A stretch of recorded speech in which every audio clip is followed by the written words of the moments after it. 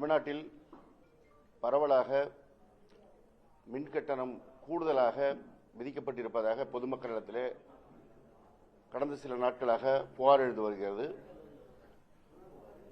இந்த புகார்களுக்கு உடனடியாக நடவடிக்கை எடுக்க வேண்டும் என்று திராவிட முன்னேற்ற கழகத்தின் தலைவர் மாண்புமிகு தலைவர் அவர்கள் அறிக்கை வெளியிட்டிருந்தார்கள். அதற்கு பதிலளித்த தமிழ்நாடு மின்துறை மற்றும் சட்டத்துறை அமைச்சர் நிர்மல்குமார் அவர்கள் அளித்திருக்க பதில் கேட்ட கேள்விக்கான பதிலாக இல்லாமல் வழக்கம்போல் திசை திருப்புகிற செயலைத்தான் செய்து கொண்டிருக்கிறார். அவர்கிட்ட கேள்வி கேட்ட அந்த நிருபர்களே ஒருவர் சொல்றார், என்னுடைய நண்பர் வீட்டிலேயே கூடுதல் கட்டணம் வந்திருக்கிறதுன்னு. அவர் அதற்கெல்லாம் பதில் சொல்லாம எங்களுடைய கழக தலைவர் அவர்கள் வாட்ஸ்அப்பிலே வந்த செய்தியை வைத்துக் கொண்டு அறிக்கை வெளியிட்டிருக்கிறார்னு சொன்னார். வாட்ஸ்அப்பில் வந்த செய்தியை பார்க்காமல் இன்ஸ்டாகிராமில் வந்த செய்தியை பார்க்கணுமான்னு தெரியல. இன்ஸ்டாகிராமில் வந்த செய்தினா அவங்களுக்கு ஆதரவாக வரும் போல இருக்கு, வாட்ஸ்அப்னா வராது போல இருக்கு. இப்போ என்கிட்ட ஒரு வாட்ஸ்அப் செய்தி இருக்கு. என்ன செய்தின்னா, மின்துறையுடைய சிஎம்டியாக இருக்கிற அருண்ராய் ஐஏஎஸ் ஒரு சுற்றறிக்கை வெளியிட்டிருக்கிறார். அதில் அவர் தெளிவாக சொல்றார், in view of widespread complaints regarding high electricity bill during the month of July, Tamil Nadu Electricity Board has decided to do a re-inspection of high variation in consumption cases through responsible senior officers. இப்போ வாட்ஸ்அப்பில் வந்ததுன்னா அதை படிக்க முடியாதா? இதை வச்சு நான் சொல்லக்கூடாதா? ஒரு பொறுப்பான அமைச்சர் கேட்ட கேள்விக்கு பதில் சொல்லாமல் ரொம்ப எப்பயும் அவர் எதிராளிகளை எல்லாரையும் ரொம்ப குறைவாக மதிப்பிடுகிறார். திராவிட முன்னேற்ற கழகத்தின் தலைவருடைய வரலாறு கொஞ்சம் அவர் தெரிஞ்சுக்கணும். அவர் வயது என்ன, அரசியல் அனுபவம் என்ன, அவர் வகித்த பதவிகள் என்ன, இதெல்லாம் தெரிஞ்சுக்கிட்டு பேசணும். இன்றைக்கு நிர்மல்குமாருக்கு ஒரு வாய்ப்பு கிடைத்திருக்கிறது, அமைச்சராக இருக்கிறார், அதில் பணியாற்றட்டும், வாழ்த்துக்கள். ஆனால் அதை விடுத்துவிட்டு எங்கள் தலைவரை பார்த்து வாட்ஸ்அப்பில் வந்த செய்தியெல்லாம் வைத்துக் கொண்டு பேசுவதாக சொன்னால் அது முறையாக இருக்காது. ஏன்னா நிர்மல்குமார் ஒரு மல்டி டேலண்டட் பர்சன். அந்த அமைச்சரவையில் இருக்கிற எல்லா அமைச்சருக்கும் அவர் தான் மவுத் பீஸ் மினிஸ்டராக இருக்கிறாரு, மல்டி டேலண்டட் மினிஸ்டராக இருக்காரு. அதெல்லாம் சிறப்பு. மெடிக்கல் படிக்காதீங்க, கார்பெண்டர் ஆகுங்க, பிளம்பர் ஆகுங்கன்னு திடீர்னு கேரியர் கைடன்ஸ் கொடுப்பாரு. திடீர்னு அவரே மேகதாது அணைக்கும் பேசுவார், சட்டத்துறைக்கு பேசுவார், அவர் துறையில் சில செய்திகளை தெரியாதுன்னு சொல்லுவார். இப்படி ஒரு அமைச்சர் தன்னுடைய வேலைகளை விடுத்து தன்னுடைய மற்ற பணிகளை பார்க்கின்ற சுமை காரணமாக வேணுமோ தன்னுடைய துறையை சேர்ந்த ஒரு சிஎம்டி வெளியிட்டிருக்கிற அறிக்கையை கூட தெரியாமல் பேசுகிறார். எந்த புகாரும் வரலங்கிறார். வைட்ஸ்பிரெட் கம்ப்ளைண்ட்ஸ் தான் அவர் அருண்ராய் ஐஏஎஸ் சொல்றாரு. ஆனால் அவர் எந்த புகாரும் வரவில்லை, ஆனால் நாங்களாக ஆய்வு செய்கிறோம் அப்படிங்கிறார். அப்புறம் சொல்றாரு, போன வருஷம் கூட இருந்தது, இப்போ 9,50,000 கனெக்ஷன்ஸ் தான் இப்போ இந்த பிரச்சனை வந்ததுங்கிறார்.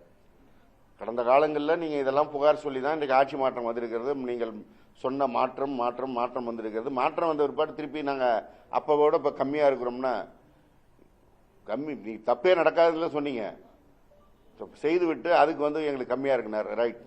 ஆனால் அப்புறம் சொல்கிறாரு, புகாரே வரவில்லை, ஆனால் நாங்களாக 3.5 லட்சம் கனெக்ஷன்ஸ் ஆய்வு செய்ய சொல்லியிருக்கிறோம் அப்படிங்கிறார். இது என்ன கூத்துது? கம்ப்ளைண்ட்டாக வராதான், இவங்களே பில்லை போடுவாங்களாம், இவங்களே கம்ப்ளைண்ட் வராமல் அதை விசாரிப்பாங்களாம். இந்த சினிமாவில் சொன்ன மாதிரி இவங்களே குண்டு வைப்பாங்களாம், இவங்களே எடுப்பாங்களாங்கிற கதையா ஒரு அளவில்லாமல் போய் கொண்டிருக்கிறார் நிர்மல்குமார் அவர்கள். முதல்ல அவருக்கு நான் வைக்கின்ற வேண்டுகோள், மின்துறை என்பது ஒரு மிகப்பெரிய துறை. அந்த துறையில் என்னென்ன டிவிஷன்ஸ் இருக்கு, அதெல்லாம் எப்படி இயங்குது, அதில் இருக்கிற பிரச்சனைகள் என்ன, இதெல்லாம் ஒரு மாதம் 2 மாதம் அவர் எடுத்துக்கிட்டு ஆய்வு செய்து கொண்டு பிறகு இந்த பேட்டி கொடுக்கலாம் வரணுங்கிறது தான் என்னுடைய வேண்டுகோள்.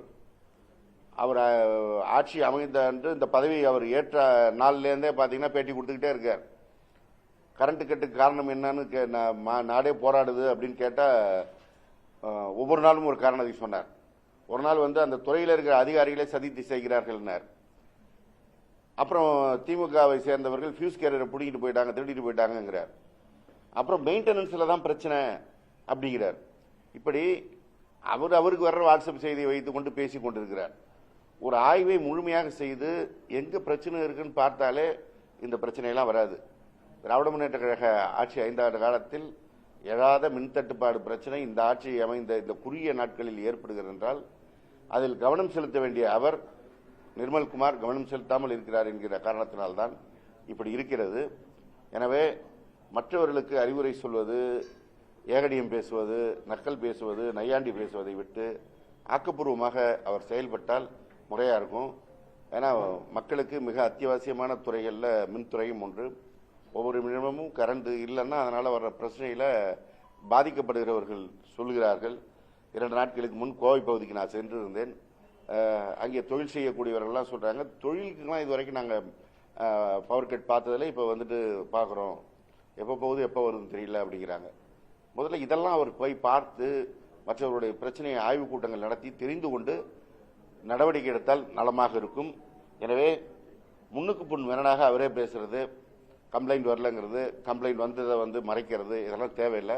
இதை ஒளிவு மறைவில்லாமல் சிஎம்டி கொடுத்த அறிக்கையை வைத்தே அவர் சொல்லலாம். சிஎம்டி அப்படி அறிக்கை கொடுத்திருக்கிறார், எங்களுக்கு கம்ப்ளைண்ட் வந்ததுனால தான் அவர் சிஎம்டி ஒரு அறிக்கை கொடுத்திருக்காரு, அதனால நாங்கள் ஆய்வு செய்யணும்னு சொல்லலாம். இதை மறைத்து பேசி அவர்கள் என்ன சாதிக்க போகிறார்கள் என்று தெரியவில்லை. ஒட்டுமொத்தமாக இந்த ஆட்சி எல்லாவற்றையும் மறைத்து திரை போட்டு விட்டு நடத்திவிடலாம் என்று நினைக்கிறார்கள். அதில் ஒரு பகுதி தான் இது. முதலமைச்சர் எவ்வழியோ அமைச்சர்கள் அவ்வழியே. அவர் எதற்கும் வாய் திறப்பது கிடையாது, பதில் சொல்வது கிடையாது. பொதுமக்களுடைய அன்றாட பிரச்சனைகள், அவசியமாக தீர்க்கப்பட வேண்டிய பிரச்சனைகள்னு பலதும் இன்றைக்கு பிரச்சனையாக தான் இருக்குது.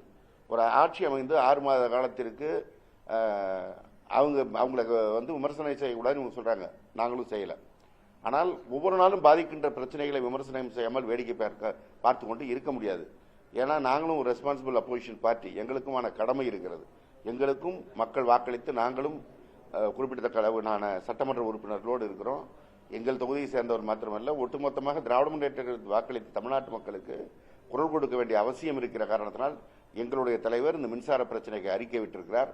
அந்த அறிக்கைக்கு பதிலளிப்பதற்கு முறையான பதில் இருந்தால் பேசட்டும், இல்லைன்னா விஜய் மாதிரி இவரும் வாய் மூடி மௌனமாக இருந்துவிட்டு போகட்டும்.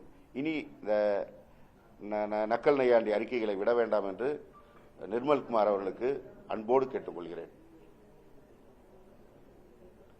வேற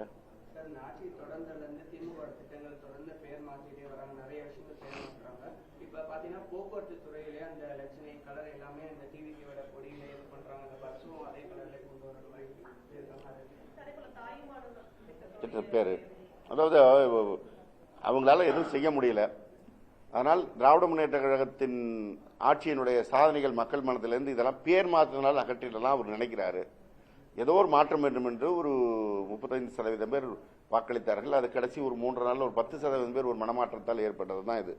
அதனால ஏதோ இவருக்கு ஏகோபித்து 234 தொகுதியும் கையில் கொடுத்து தமிழ்நாட்டையே திருப்பி அந்த பக்கமா வைக்க சொல்லி சொன்னதான் நினைச்சுக்கிட்டு நான் முதல்வன் பேரை மாத்துறாரு, முதலமைச்சர் காலை உணவு திட்டத்தை பேரை மாத்துறாரு. அப்ப என்ன தெரியுது, முதலமைச்சர்னாலே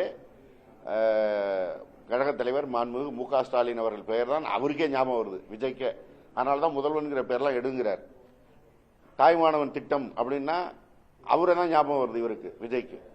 இப்படி ஒவ்வொரு இடத்திலும் தங்களுடைய இயலாமையை மறைப்பதற்கு திராவிட முன்னேற்ற கழகத்தின் திட்டங்களை மறைத்தால் போதும் அப்படின்னு அவர் நினைக்கிறார். அதே போல இந்த கலர் மாத்துறது, பேர் மாத்துறது, இதன் மூலமாக மக்கள் மனதில் இடம் பெறலாம்னு நினைச்சா மக்கள் இதற்கு கடும் எதிர்வினை தான் ஆற்றுவாங்க. மக்கள் அமைதியா இருக்கிறாங்க அப்படின்னு அவர் நினைச்சிட்டு இருக்காரு.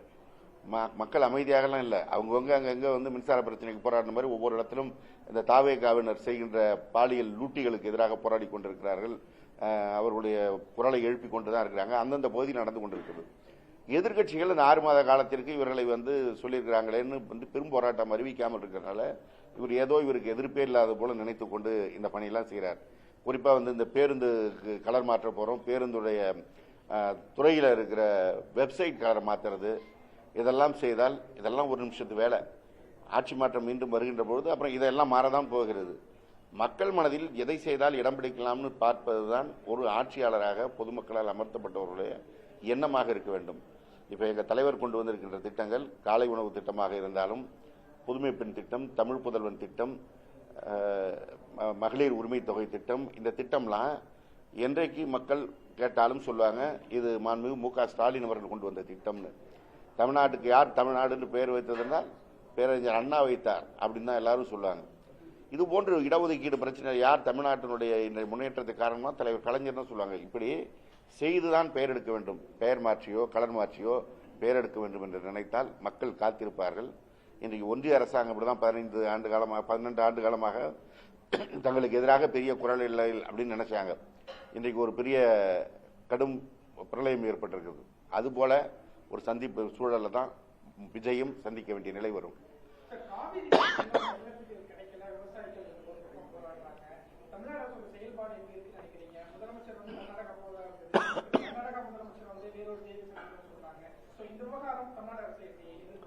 இல்லை, இதை கண்டித்து தான் எங்களுடைய கழக தலைவர் அவர்கள் கழகத்தின் சார்பாக எதிர்க்கட்சி தலைவர் மாண்புமிகு இளந்தலைவர் உதயநிதி ஸ்டாலின் அவர்கள் தலைமையில் தஞ்சையில் போராட்டத்தை அறிவித்திருக்கிறார்கள். டெல்டா பகுதி விவசாயிகள் மாத்திரமல்ல, ஒட்டுமொத்த தமிழகத்தின் விவசாயிகளுமே இன்றைக்கு இந்த தமிழ்நாடு அரசு அறிவித்த கடன் ரத்து பிரச்சனைகளை பல குழப்பங்களை செய்து அவருடைய எதிர்ப்பை பெற்றிருக்கிறார்கள். காவிரி பிரச்சனையை முறையாக கையாளாமல் இன்றைக்கு தஞ்சை பகுதியே காய்ந்து போய் கிடைக்கிறது, டெல்டா மாவட்டங்கள் காய்ந்து கிடக்கிறது. அதை கண்டித்து தான் இந்த ஆர்ப்பாட்டம் அறிவிக்கப்பட்டிருக்கிறது. இதில் மேகதாது பிரச்சனைக்காக கர்நாடகாவுக்கு பிரதமர் விஜய் போறாருன்னு சொன்னது அவருடைய அமைச்சரவையில் வேளாண் துறை அமைச்சராக இருக்கிறவர் தான் சொன்னார். அப்புறம் கல்வித்துறை அமைச்சர் ராஜ்மோகன் என்ன சொல்றாரு,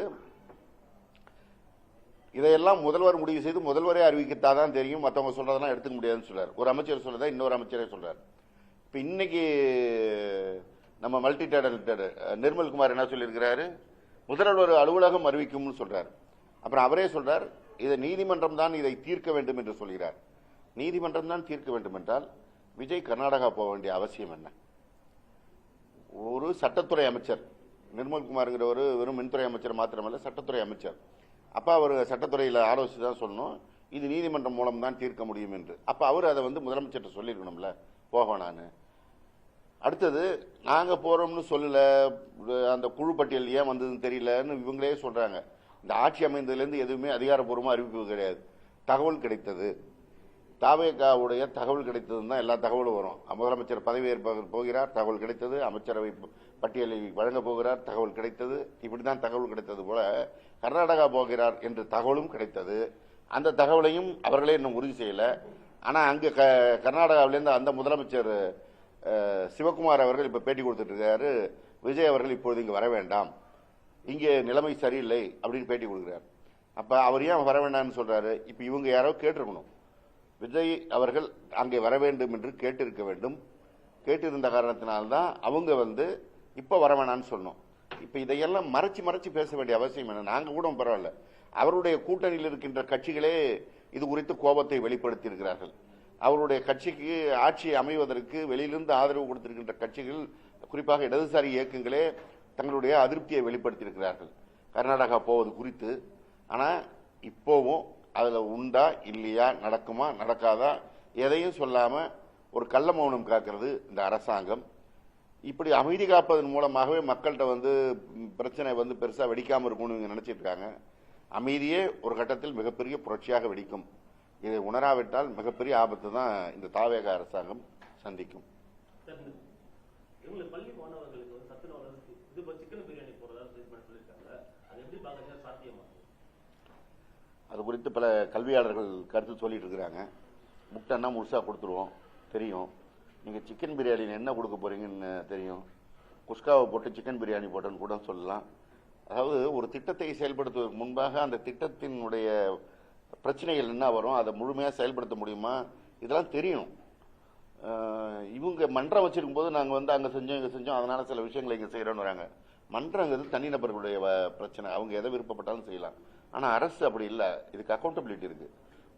பொதுமக்களுடைய வரி பணத்தில் நாம் செலவு செய்யும் போது அது முழுமையாக சென்று சேர்கிறதா, எல்லாருக்கும் சேர்கிறதான்னு பார்க்கணும்.